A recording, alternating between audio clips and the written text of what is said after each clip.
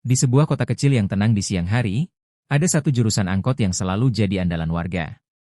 Angkot itu biasa narik penumpang dari pasar ke terminal, lalu lanjut ke perumahan-perumahan di pinggiran kota. Biasanya angkot beroperasi sampai jam 10 malam, tapi kadang kalau ada penumpang yang minta diantar, ada juga sopir yang masih mau narik sampai jam 11. Namun, warga di sekitar sana sering membicarakan satu hal yang bikin merinding. Katanya ada satu angkot yang suka muncul tengah malam, dan penumpangnya bukan orang sembarangan. Malam itu, seorang pemuda bernama Andi baru selesai lembur di tempat kerjanya. Andi kerja di sebuah percetakan kecil, dan hari itu banyak pesanan mendesak. Jam tangannya menunjukkan pukul 11:30 malam. Tubuhnya lelah, matanya berat, dan perutnya lapar karena belum sempat makan malam. Ia berjalan cepat di trotoar, berharap masih ada angkot yang lewat supaya bisa segera sampai rumah. Jalanan sudah sepi, hanya sesekali ada motor lewat dengan suara knalpot yang memecah keheningan. Lampu jalan berjejer tapi redup, sebagian bahkan mati sehingga ada titik-titik gelap di sepanjang jalan. Toko-toko sudah lama tutup, pintu-pintunya tertutup rapat dengan rolling door yang digembok. Angin malam bertiup dingin, membuat tubuh Andi menggigil walau ia sudah mengenakan jaket tipis. Ia sesekali menoleh ke belakang, merasa suasana begitu lengang, seolah-olah dirinya berjalan sendirian di kota mati. Saat langkahnya semakin cepat, sebuah angkot tiba-tiba berhenti di depannya. Suaranya muncul begitu saja, tanpa terdengar deru mesin sebelumnya. Andi sempat terkejut, karena jalan tadi terasa sepi, tapi tiba-tiba saja angkot itu muncul begitu dekat. Warnanya biru tua, catnya sudah kusam, dengan bercak-bercak karat di bagian bawah pintu. Kaca depannya buram, seperti jarang dibersihkan. Lampu depannya menyala redup, memberi cahaya kekuningan yang menambah kesan tua pada kendaraan itu. Sopirnya hanya melongok sebentar dari balik kaca, lalu melambaikan tangan, isyarat menyuruh Andi naik. Wajah sopir itu tidak terlalu jelas terlihat karena tertutup bayangan, tapi dari gerakannya tampak seperti orang tua. Andi yang sudah capek tidak banyak berpikir. Daripada menunggu lama, ia langsung saja masuk ke dalam angkot itu. Pintu ditutup otomatis dengan suara berderit yang panjang.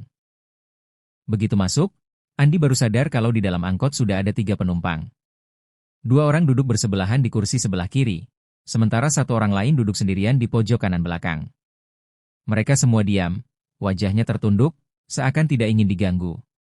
Tidak ada suara obrolan, tidak ada tawa, bahkan suara nafas mereka pun hampir tak terdengar. Suasana terasa janggal, tapi Andi mencoba menenangkan diri. Ia berpikir mungkin penumpang lain juga sedang kecapean seperti dirinya. Andi duduk di kursi dekat pintu, menyandarkan tubuhnya. Namun, baru beberapa menit angkot itu melaju, ia mulai merasa ada yang aneh. Hawa di dalam kendaraan terasa dingin sekali, bukan dingin biasa, melainkan dingin yang menusuk tulang. Padahal semua jendela tertutup rapat, dan AC jelas tidak menyala. Andi merapatkan jaketnya, mencoba mengusir rasa dingin itu, tapi bulu kuduknya tetap meremang. Sesekali ia melirik penumpang di sebelah kirinya. Orang pertama mengenakan baju putih lusuh, kepalanya terus menunduk, rambutnya tergerai menutupi wajah. Yang satunya lagi berpakaian agak rapi, seperti kemeja kantor, tapi kulit wajahnya terlihat sangat pucat dari samping. Mereka tidak bergerak, bahkan seperti tidak bernapas. Sementara penumpang yang duduk di pojok kanan belakang sama sekali tidak terlihat jelas. Rambutnya panjang menutupi muka, tubuhnya kaku seperti patung. Andi mencoba mengalihkan perhatian dengan melihat ke arah sopir. Namun, semakin diperhatikan, wajah sopir itu tidak pernah terlihat jelas.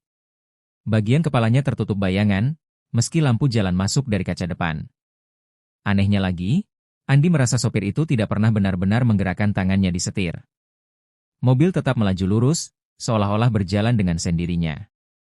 Semakin lama, rasa gelisah itu makin kuat. Andi berusaha menenangkan diri dengan berkata dalam hati bahwa ini cuma karena ia terlalu capek. Ia mencoba pejamkan mata sebentar, tapi rasa dingin dan suasana hening di dalam angkot membuatnya tidak bisa benar-benar tenang. Dari sudut matanya, ia sempat melihat penumpang di sebelahnya bergerak sedikit. Saat ia menoleh, penumpang itu masih dengan posisi menunduk, tidak berubah. Namun, Andi yakin betul tadi ada gerakan kecil, seperti kepala menoleh sebentar ke arahnya. Detik-detik berikutnya semakin terasa panjang. Angkot terus melaju, tapi Andi merasa jalan yang dilewati semakin asing. Harusnya jalur ke rumahnya melewati beberapa warung tenda dan pom bensin, Tapi yang terlihat sekarang hanya jalanan panjang yang sunyi dengan pohon-pohon besar di sisi kanan-kiri. Lampu jalan semakin jarang, bahkan kadang sama sekali tidak ada, membuat suasana makin gelap. Jantung Andi berdetak kencang, keringat dingin mengucur meski hawa di dalam angkot terasa menusuk. Ia ingin turun, tapi mulutnya terasa berat untuk berbicara. Ada perasaan seolah sesuatu menahannya untuk berkata-kata. Ia menatap penumpang lain, berharap salah satu dari mereka akan turun agar ia bisa ikut, tapi semua tetap diam, membisu, tidak ada tanda-tanda akan berhenti. Saat itu, tiba-tiba tubuhnya merinding hebat. Ia menoleh ke arah penumpang di sebelah kiri, dan untuk pertama kalinya melihat jelas wajahnya. Kulit orang itu pucat keabu-abuan, matanya hitam legam seperti lubang kosong, bibirnya kaku dengan senyum tipis yang terasa menakutkan. Andi buru-buru menoleh ke depan lagi, jantungnya serasa mau meledak. Ia menunduk, pura-pura tidak melihat, tapi rasa takutnya semakin menjadi-jadi. Waktu seolah berjalan sangat lambat malam itu. Andi hanya bisa menggenggam erat tas kerjanya, berharap perjalanan segera berakhir. Tapi dalam hati kecilnya, ia mulai sadar kalau ada yang tidak beres dengan angkot yang ditumpanginya. Dan semakin lama ia berada di dalam sana, semakin besar rasa takut yang menelannya.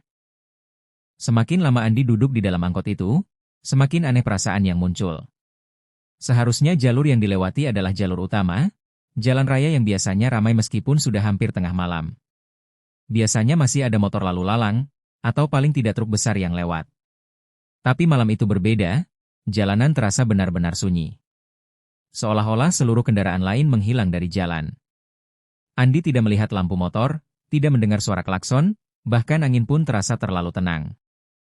Ia menoleh keluar jendela, berharap menemukan sesuatu yang bisa menenangkan pikirannya. Namun yang dilihat justru membuatnya makin bingung. Jalan yang biasanya dipenuhi rumah dan warung kecil kini entah kenapa berubah jadi jalan panjang dengan pepohonan besar di pinggirnya.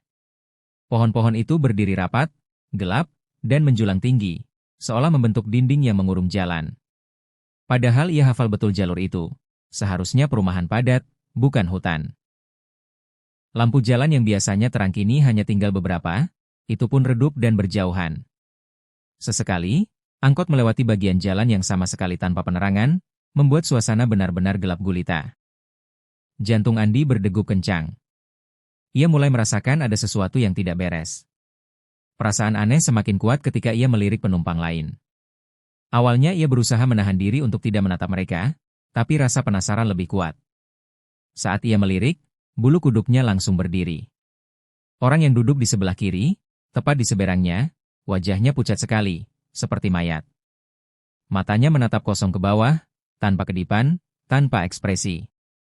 Sementara itu, penumpang di pojok kanan belakang terlihat lebih menyeramkan lagi. Rambutnya panjang terurai menutupi hampir seluruh wajah, tubuhnya kaku seakan tidak bernyawa. Dari cara duduknya yang tak bergeming sejak tadi, Andi mulai meragukan apakah orang itu benar-benar hidup atau bukan.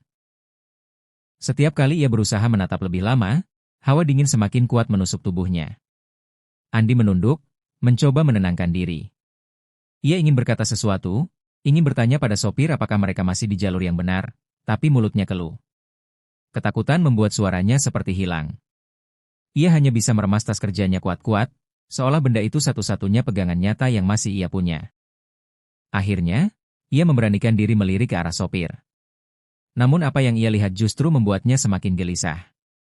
Wajah sopir itu tidak pernah terlihat jelas. Selalu saja ada bayangan gelap yang menutupi, meskipun cahaya lampu jalan kadang masuk melalui kaca depan. Setir bergerak, tapi anehnya tangan sopir nyaris tak tampak. Andi berusaha fokus, tapi makin lama menatap, makin samar sosok itu terlihat, seperti bayangan yang tidak punya bentuk jelas. Hawa di dalam angkot semakin dingin, membuat napas Andi keluar berupa uap tipis. Padahal ini bukan musim dingin. Keringat dingin menetes di pelipisnya.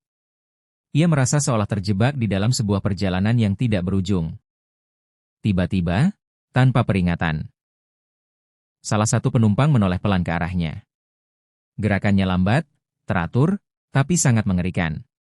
Andi menahan napas, matanya membesar saat akhirnya ia melihat wajah penumpang itu.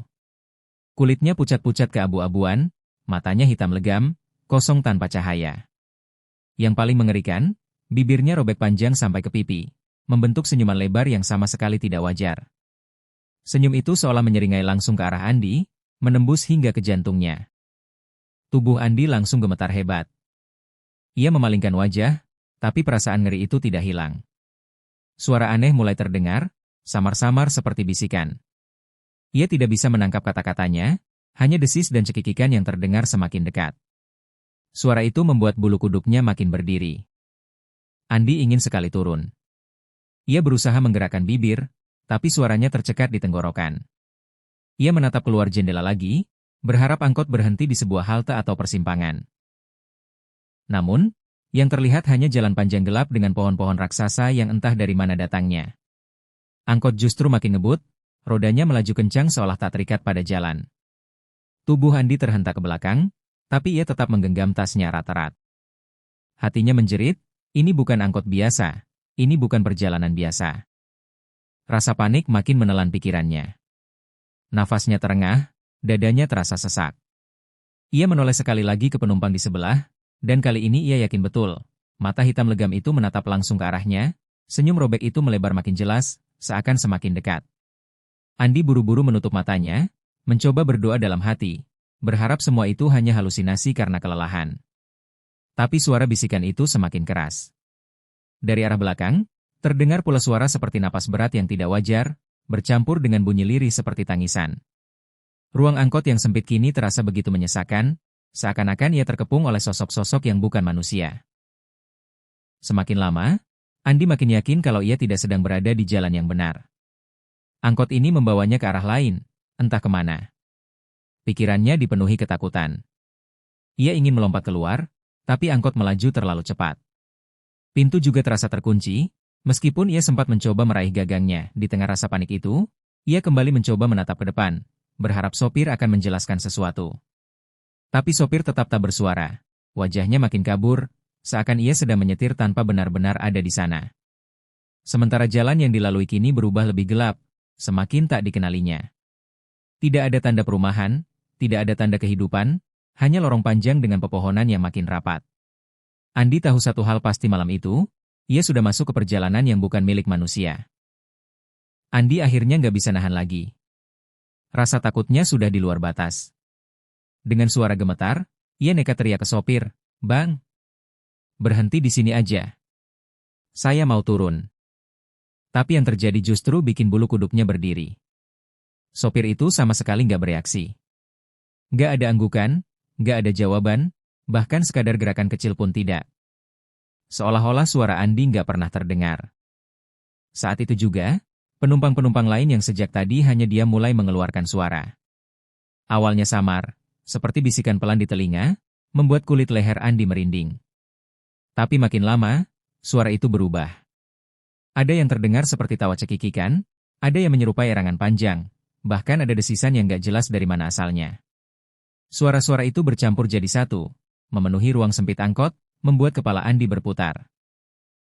Rasanya seperti ribuan orang bicara sekaligus, tapi tidak satupun kata yang bisa dipahami. Andi menutup telinga dengan kedua tangannya.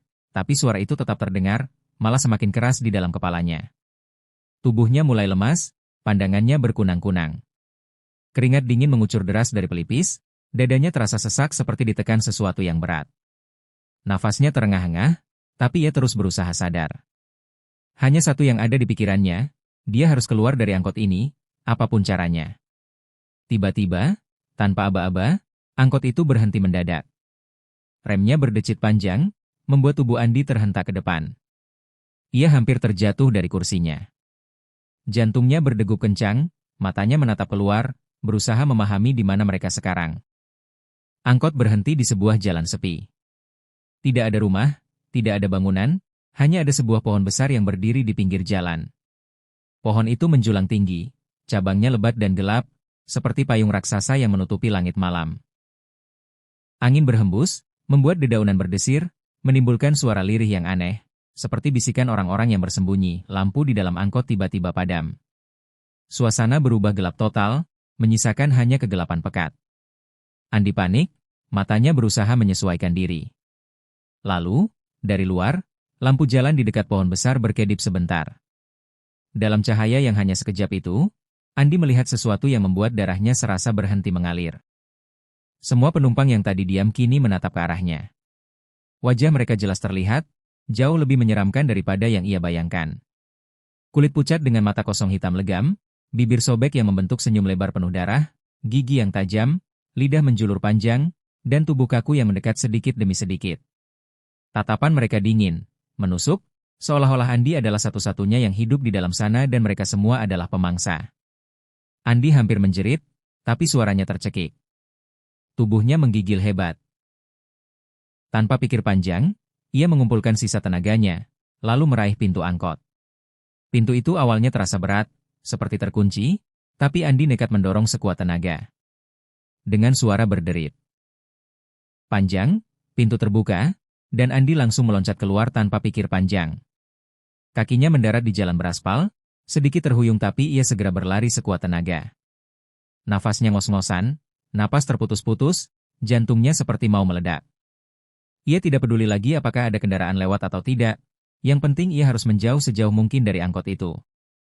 Langkah kakinya terdengar keras di jalan yang sepi. Udara malam menusuk paru-parunya, membuatnya semakin terengah. Tapi ia terus berlari, tanpa henti, seperti dikejar sesuatu. Sesekali ia memberanikan diri menoleh ke belakang, dan yang ia lihat membuat bulu kuduknya semakin berdiri. Angkot itu sudah tidak ada. Jalanan kosong, tidak ada cahaya lampu kendaraan, tidak ada suara mesin.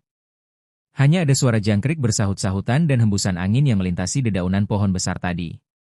Seolah-olah angkot itu tidak pernah ada. Padahal baru saja ia melompat darinya. Andi berhenti sebentar, membungkuk sambil memegangi lututnya. Nafasnya memburu, dadanya naik turun cepat. Ia menatap ke sekeliling. Jalan itu asing, ia bahkan tidak tahu di mana ia sekarang. Tapi ia tidak peduli. Yang penting ia selamat. Dengan sisa tenaga, ia terus berjalan, mencari arah pulang. Butuh waktu cukup lama sampai akhirnya ia menemukan jalan yang lebih ramai. Beberapa motor lewat, membuatnya sedikit lega.